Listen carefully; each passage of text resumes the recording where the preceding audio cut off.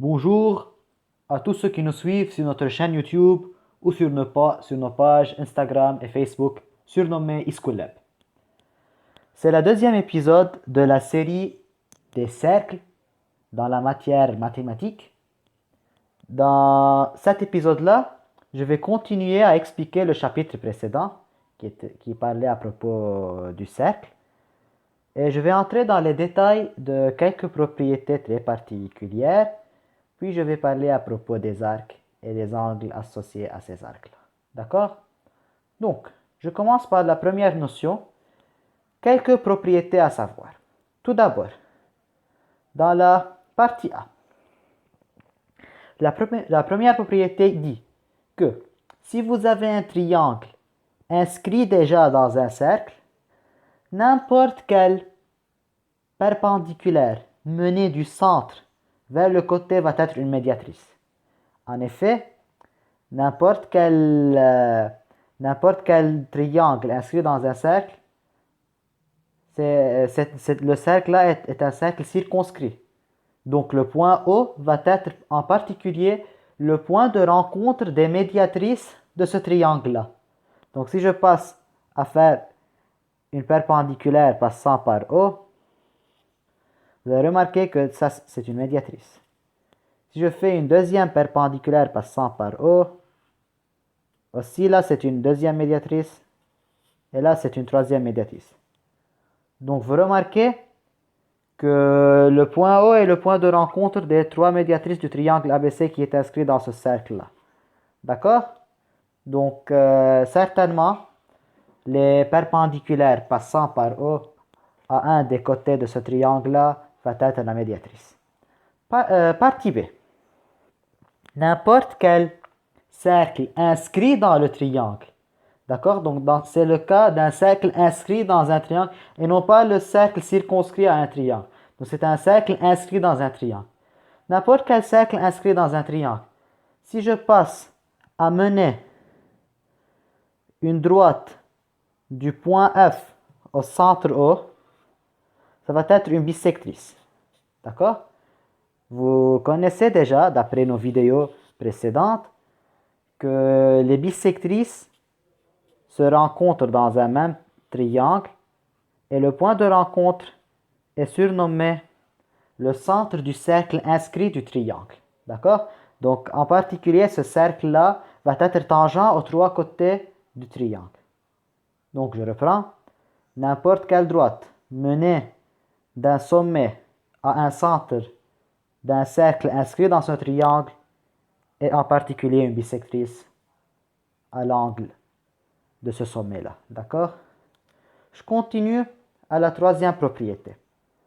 Vous avez trois positions de points par rapport à un cercle. Vous avez un point à l'intérieur, un point sur la périphérie, ou bien sur le cercle, et un point à l'extérieur. Le point à l'intérieur ne peut faire aucune tangente. Le point sur le cercle peut faire seulement une seule tangente. Donc c'est quoi la tangente en fait? C'est la perpendiculaire au rayon passant par ce point-là.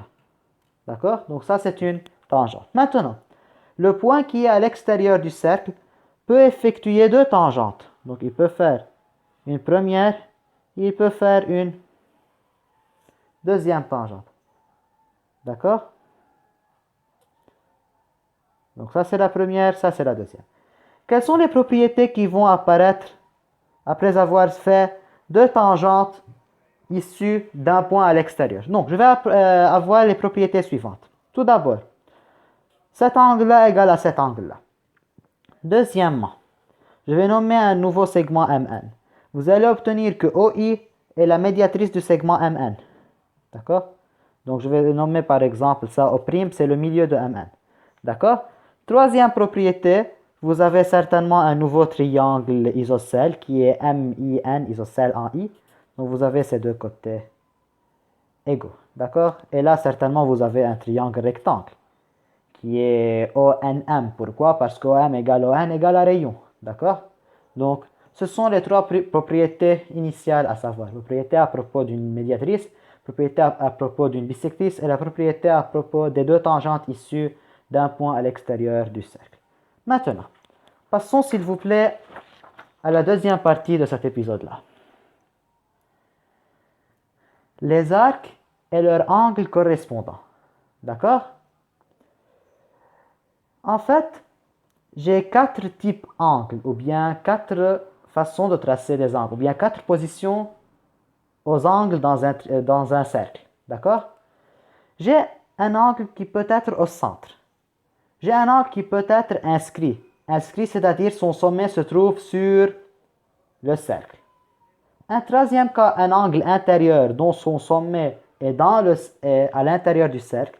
Et un quatrième angle extérieur dont son sommet est à l'extérieur du cercle. Je vais en parler ultérieurement. D'accord? Maintenant, angle au centre. Avant d'entrer dans les détails, je vais seulement vous rappeler à propos de quelques angles particuliers. Les angles nuls sont égaux à 0 degré. Les angles aigus sont entre 0 et 90 degrés. Les angles droits sont 90 degrés. Les angles obtus se trouvent entre 90 et 180 degrés. Et les angles plats sont égaux à 180 degrés. J'espère que vous avez déjà souvenu de ce type d'angle-là dans la mathématique. D'accord? Maintenant, c'est quoi un angle au centre? Tout simplement, c'est un angle dont le sommet est le centre du cercle. D'accord? Donc, dans ce cas-là, je prends par exemple l'angle OAB. Désolé, AOB. Oui? Donc, on prononce AOB parce que je veux que O soit le sommet de cet angle-là. Vous remarquez que les côtés de l'angle AOB interceptent un arc. Je vais le colorier en bleu. Est appelé l'arc AB. D'accord? Donc, je symbolise l'arc AB. J'écris les deux lettres A, B, puis je mets un arc au-dessus des deux lettres. D'accord? Donc, ça, c'est l'arc correspondant à l'angle au centre. D'accord? Maintenant, si l'angle AOB vaut par exemple 70 degrés, l'arc AB va être égal à 70 degrés. Pourquoi? Parce que l'angle au centre a la même valeur que l'arc intercepté par cet angle-là. D'accord? Donc, les côtés d'un angle au centre interceptent un arc égal à l'angle correspondant, à l'angle au centre. D'accord? Maintenant, si je prends le cas de BOC, d'accord? L'arc intercepté est BC. Ok? Donc, faites attention, je prends toujours, si vous voulez, je parle dans ce cas-là à propos des arcs intérieurs et non pas des arcs extérieurs. D'accord? Parce que si vous remarquez, OC et OB coupent le cercle en deux portions. La portion petite et la grande portion. D'accord? Maintenant, moi je parle à propos de la portion petite. Donc, cet arc, je vais le nommer BC comme ça. Si je suppose que l'angle BOC, qui est un angle obtus, vaut 130 degrés, donc l'arc BC va être égal à 130 degrés. D'accord? Car ça c'est la propriété d'un angle au centre. Donc, l'arc intercepté par un angle au centre est égal à la valeur de cet angle-là. D'accord? J'espère que vous avez bien assimilé ce premier type d'angle-là. D'accord? Maintenant, passons au deuxième type d'angle. Angle inscrit. L'angle inscrit est l'angle dont son sommet se trouve sur le cercle. Par exemple, je vais prendre le premier cas. FEG. Vous remarquez que FEG est un angle qui possède le E comme sommet. Et ce sommet se trouve sur le cercle. Donc, c'est un angle inscrit. Maintenant, comment trouve-t-on la valeur d'un angle inscrit? C'est très simple. Certainement, je dois avoir le centre O. Je trouve tout d'abord l'angle FOG. Oui, donc je trouve la valeur de l'angle FOG.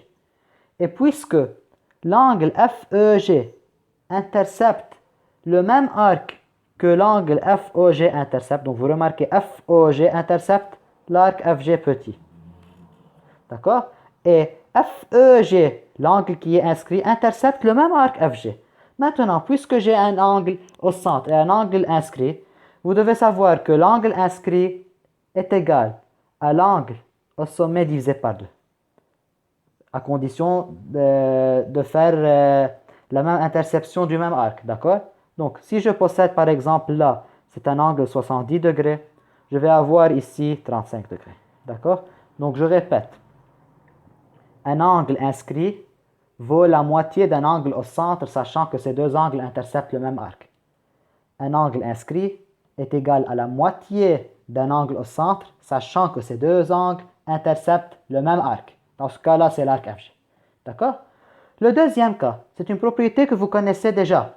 Le triangle ABC est un triangle rectangle car il possède son hypoténuse comme diamètre du cercle. D'accord? C'est très simple. Par démonstration, vous savez que l'angle BOC est un angle plat, donc c'est égal à 180 degrés. D'accord? Donc, un angle inscrit qui est BAC vaut la moitié de l'angle au centre, sachant que les deux angles interceptent le même arc BC. Donc, si là j'ai 180, donc là je dois avoir 90 degrés. Ce qui est applicable dans ce cas-là. D'accord? Donc, ça c'est une petite démonstration d'une propriété que vous connaissez déjà. Maintenant, le troisième et le dernier cas qui se trouve ici. Vous avez un angle IJK inscrit parce que son sommet se trouve sur le cercle. Mais dans ce cas-là, l'angle inscrit est obtus. Il est plus grand que 90, mais il est inférieur à 180. Donc, si vous voulez, l'angle correspondant à cet angle inscrit qui est au centre, ce n'est pas le petit angle, c'est le grand angle. D'accord? Donc, l'angle correspondant à l'angle inscrit qui se trouve au centre, c'est IOK rentrant et non pas saillant. IOK rentrant. D'accord? Donc, si vous voulez trouver la valeur de l'angle IJK qui est obtus, vous devez trouver la valeur du grand arc IK et non pas du petit arc. Donc, vous devez trouver cette valeur-là. D'accord? Donc, j'espère que vous avez bien assimilé cette notion à propos des angles inscrits. Maintenant, passons au troisième type. Le troisième type, c'est l'angle intérieur. En fait, c'est quoi un angle intérieur? C'est un angle dont le sommet se trouve dans le cercle, à l'intérieur du cercle. D'accord? Comme par exemple dans ce cas-là. Si je voulais trouver l'angle BAC, désolé, BAC. La propriété me dit que l'angle BAC est égal à l'arc intercepté ici, plus l'arc intercepté ici, divisé par 2. Donc j'ai l'arc BC plus l'arc DE divisé par 2. Je vais reprendre. Vous avez l'angle BAC. BAC, d'accord? Vous devez savoir quel est le premier arc intercepté par les côtés AB et AC.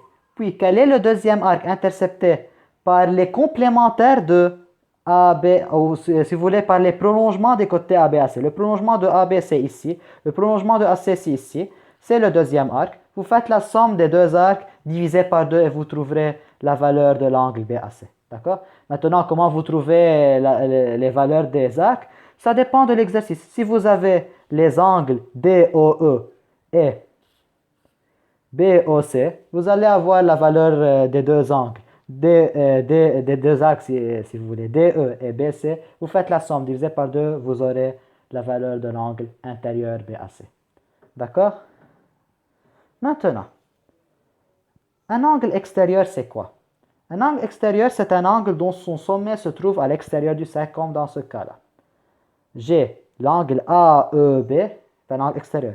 Faites attention, AEB est le même que CED, d'accord? Donc AEB, AED. Je peux le lire comme je veux, à condition que le point E soit toujours le sommet, donc c'est le même angle. Maintenant, comment on trouve la valeur de cet angle-là? C'est le grand arc intercepté moins le petit arc intercepté divisé par 2. Donc je vais écrire la formule ici. Par exemple, je vais le nommer AEB. C'est égal au grand arc dans ce cas-là qui est AB, moins le petit arc qui est CD, divisé par 2. D'accord? Donc c'est la formule à savoir. Maintenant, passons aux deux dernières propriétés.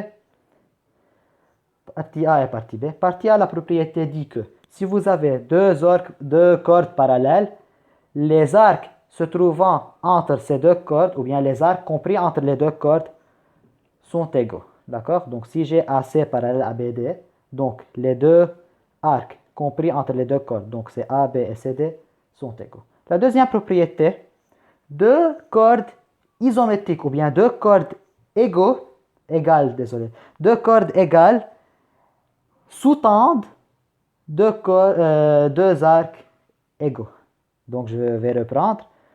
Deux cordes égales sous-tendent deux arcs égaux. Dans ce cas-là, j'ai EF égale GH. Donc l'arc EF égale à l'arc GH. Ce sont les notions à savoir dans cet épisode-là. J'espère que vous avez bien compris mon explication. J'espère que mon explication a déjà arrivé avec netteté. N'oubliez pas de nous suivre sur notre chaîne YouTube, sur nos pages Facebook, Instagram et attendre les nouveaux épisodes dans ce chapitre-là. N'hésitez pas à nous poser des questions sur nos pages Facebook et Instagram. Au revoir et merci.